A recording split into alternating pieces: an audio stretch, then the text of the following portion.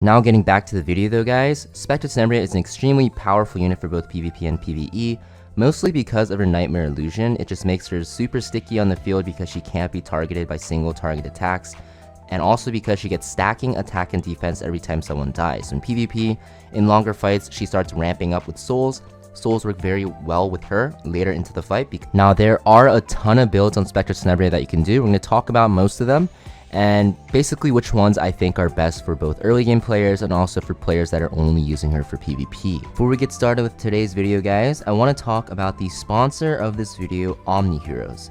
Omni Heroes is a heroic fantasy casual strategy RPG and has received recommendations from both Google Play and the App Store. In Omni Heroes, players are called upon to rescue captive Valkyries from demons and fight together to save the world. Players can summon over 100 exquisitely designed heroes, unlock multiple synergies, and match hundreds of team compositions at will. Omni Heroes also offers both casual and relaxed gameplay for those who want to chill, while providing enough depth and exploration for players who enjoy strategic challenges. With over 100 different team comps and 17 unique synergies, you become a mastermind behind powerful battle buffs. When you're tired after a long day, you can let the automated mechanics take over and just drop in whenever to claim the rewards that your account has earned. You can even skip battles with the nifty quick battle mechanic, so you don't even have to spend a lot of your time farming in this game. Right now is the perfect time to start playing with the Ashen Phantom event that features a new storyline and roguelike deck builder gameplay. Download Omni Heroes now and claim 777 free summons. Yes, you heard me right, 777 free summons, including 5 legendary heroes into your account roster in the first week of playing. Now getting back to the video though guys, Specter Tenebria is an extremely powerful unit for both PvP and PvE, mostly because of her Nightmare Illusion. It just makes her super sticky on the field because she can't be targeted by single target attacks, and also because she gets stacking attack and defense every time someone dies. So in PvP, in longer fights, she starts ramping up with souls. Souls work very well with her later into the fight because you can soul burn for extra turns and basically just wipe out the enemy side in just one turn of Specter Tenebria if you build up enough souls and you build up enough stacks in your S2. Also, she hits extremely hard regardless because of her S3 hitting super hard, also stunning, and her S1 also has a poison, which is very nice in PvE, which will actually do percent max health damage, which does a ton of damage against bosses, especially ones in like Abyss with very high HP. So extremely powerful for both PvP and PvE, pretty much in a ton of areas of content, right? We're not going to talk about where she's good in specifically. She's just good anywhere you need damage, to be honest. So let's actually talk about how you actually want to build her now. So for sets, there's basically a lot of setups you can go for. For the 4 set, you can either go speed set, destruction set, or lifesteal set. Now all of them are very good. Speed set is obviously if you want her to be faster, which I prefer. Destruction set is if you want the most stats possible, with her being a little bit slower at like 180, 190 speed. And lifesteal is going to be for if you want a Specter Tenebria to be very strong against bruiser comps and also actually do well against her counter picks with a lot of AoE, because lifesteal will allow her to sustain. Now in the current meta, I do believe a faster Specter Tenebria is a little bit better. It makes her a lot more flexible in drafts. If you pick her with an aggressive opener, she synergizes a lot better with more speed. And also because there are a ton of barriers nowadays, such as like SC Airwell, Meteor Cowrick, and so forth. So you don't really need the lifesteal because you're actually going to be full health for a majority of the battle, especially from what I've experienced. So I don't really find the need to have her on lifesteal anymore. I did have her on lifesteal, but I feel like the speed set is going to be the best for PvP. And for PvE, speed set is going to be the best as well. Now destruction, you can make this case for destruction if you want more crit damage or just damage overall. But I just really value the speed because it makes her more flexible, in my opinion, in certain drafts. So speed set is what I recommend, with destruction as the secondary option. Now for the second set, the 2-piece, you want to run her on either penetration set for PvP, because basically the way penetration works is it will make your single target attacks penetrate defense, which might not make sense because her S1 is a 2 target attack when your S3 is on cooldown, which it will be pretty much all the time. And the reason why you run pen set is mostly because it synergizes with Toghail's Ancient Book. And what that means is, at the start of the battle, if you have attack buff, you soul burn your S1, it counts as a single attack because it'll only attack 1 unit, and then you S3 right after, and you can actually one-shot a ton of squishy units in the game, making it so the game is a 4v3 off the start, and you have an extra stack of your passive, which makes it very powerful on her. Now besides that, if you're not finding any use out of the pen set because you don't like to play your Specter Tenebria that way, then of course you can run her on like a crit chance set if you want to actually ease her stat building, or even an immunity set to stop some debuffs. Now for PvE, of course, penetration's not that great. You definitely want to run her on something like a crit chance set instead. And yeah, pretty much you'll be good to go with like a speed set and crit chance set, which you can farm from Wyvern 13 pretty quickly. Now for artifact guys, I think that Toggl's Ancient Book is by far the best for PvP in pretty much every single build because of how important souls are on her. Even if you don't plan to soul burn on the first turn, you do want to soul burn later on into the battle anyways because you want to wait for your damage to ramp up with your S2 if you're playing RT or World Arena for the Frenzy to ramp up so you do more damage.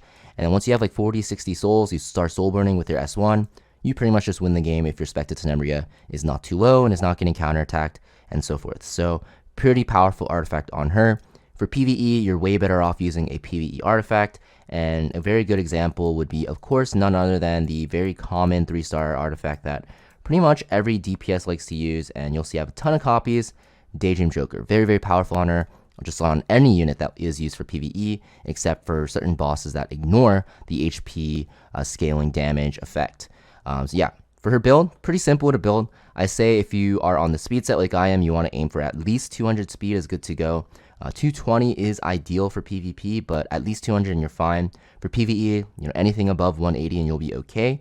For damage, you want at least 3,500 attack in my opinion. You want 100% crit chance and 250% critical hit damage. You don't really need effectiveness or effect resist on her unless you're using her for her poisons for PvE, but even then you don't really need to because she has some effectiveness from her awakenings, and the rest of your substats can go into bulk or more damage and speed as you like. So she has a very flexible build, which is why she's one of the best starter units in the game because there are a ton of ways to build her. I've seen people build her on like 9k HP, like 1k defense and full damage, like 350% crit damage, right?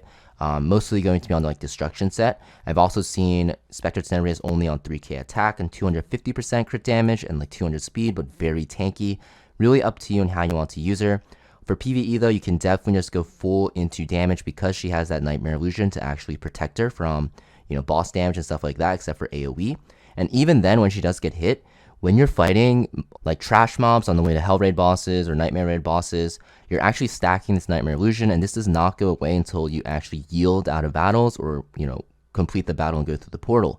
So not only in PvP does this ramp up pretty easily, but in PvE this will stay permanently. You're basically going to have 50% extra attack and defense if you're killing trash mobs along the way, which makes her super, super powerful. It'll make her so tanky and do so much damage in PvE as well, which makes her a very, very powerful PvE unit.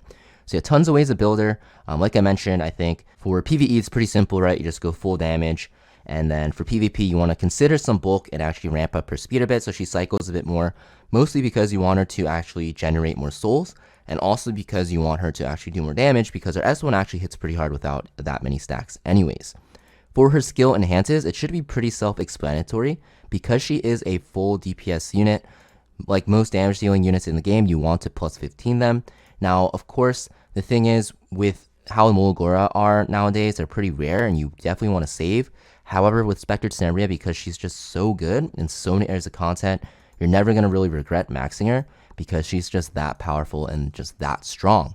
Now, if you really want to skimp out on some Mulgora, you can, I guess, take some out of her S2. But for the most part, definitely want to make sure you have your S1 at least the effect chance at plus 70 or plus 20%, so you're at 70%, because the poison is most important for PvE. And if you want to play her in PvP, highly recommend maxing her out. Otherwise, you're going to be missing out on a lot of stats because, even just missing out on 1.5 or even 3% all stats if you're not going to skill to enhance all of this, that ramps up to 15% after you actually max this out, which is more than 1 stack. So you kind of get what I'm saying, or I guess more than 2 stacks in this situation, right? So you kind of get what I'm saying. Just max her out. She's extremely powerful. You'll never really regret investing into her because she's such a powerful unit. Now, Specter Tenebria actually pairs very well with units that can boost her up and actually attack buff her. A good example is Mid. She has that skill Nully, extra turn, and also can give her attack buff and swift attack. And swift attack is very good because when you S3 with S10A, you actually get an enhanced S1, right? Your S1 turns into multi-attack, so you can S1 pretty soon right after. Another good example would be like a DN who can give her more survivability with critical hit resistance and also an attack buff as well. And even like Amelia. Basically, you want a unit that can actually sustain Specter Tenebria because, yeah, if you do build her on the speed build, she doesn't actually have any sustain, which is why people opted for lifesteal. But I just recommend bringing her with something that can heal her, especially for PvE, right? You obviously need a healer. But even in PvP, Just bringing a unit that can sustain her is very good because you can focus your sub-stats on more damage and more bulk, which is just going to benefit you more in the long run because her damage and bulk actually scales in fights, which is the biggest reason why she's so strong. That sums up this video though, guys. If you guys actually want to see more videos like this talking about more units that are free to play that you can use in PvE and how to build them, make sure you guys let me know in the comments down below. I've actually a ton of videos in the past that I uploaded about this, but there's a lot more units that are going to PvE now that are also free to play. So I'll definitely be updating the channel with those videos if you guys are interested. Just let me know in the comments down below and also hit that like button as well. Peace.